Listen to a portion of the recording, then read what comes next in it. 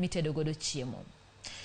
Kawadhi nyime jopuonjre mag skund sekondar mar nyiri mar Gatero manie kaunti mar Laikipia okawo namba 1 e piem mag somo mag sayans midendo ni Kenya Science and Engineering Fair.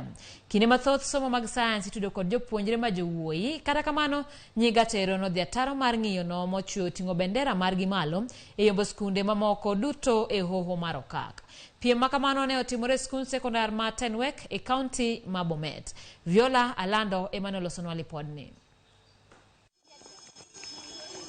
Morgi ilo nenore kind jopuonjre manyiri mag skund sekondar mag Gatero tok bedo namba 1 e piem mar somo mane nie kind sikunde mag sekondar 196 mawuok e hoho mar okak. Skul mar Gatero ne nigi chenro 8 komane 2 kalo kendo biro dhi nyime gi piem makamano e rang'iny mamalo. Japuonj mar skundno mabende jachung' margi piem makamano Joseph Kinyanjui ne onyiso mor mare kaluwore gi duoko maber mane giyudo. The overall girls, they became position 1 out of 196 schools that were there. We were able to read 195 girls, and that one made us very proud. Our principal, Dr. Tabitha Moneke, was very proud.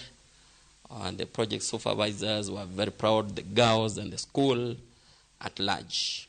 Japuonj maduong' mar skundno Dr. Tabitha Moneke onyiso mor mare kolero ni gisebedo ka gitim maber nyaka ne midhusi mar Covid roch weche somo ka opuoyo jopuonj kuom tiyo kanyakla gi jopuonjre e neno ni somo mar science odhi maber. Gatero Girls High School really has ventured so much and has a passion of Kenya Science and Engineering Fair, knowing that this activity that is able to boost the students as far as the academic performance is concerned.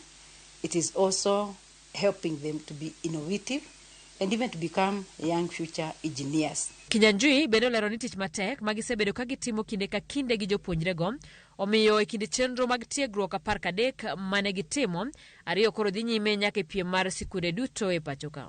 2 projects out of 8 were able to proceed to the national, which will be taking place at Kisumu Girls comes 22nd of this month.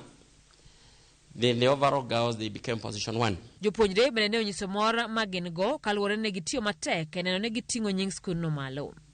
Bende gichiwo ranyisi mag chenro mag lony mane gichwalo e piem makamano. We came up with this system mainly to help drivers in looking for parking slot. We have discovered that drivers have difficulty in identifying where there are available parking slots. A variable time is wasted by drivers as they are looking for slots. Also, it came to our concern that we noted the rate of fuel emissions in the atmosphere is high, which is resulting to global warming. Piem mag somo makamagi jiwo jopuonjre kendo bero pok mopogore opogore magin godo. Gatero Girls koro biro riwore kod skunde mamoko mag sekondar e pachoka e rang'iny machielo mag piem mibiro bagi skund sekondar manyiri mar Kisumu Girls tarik 22 dwe ni.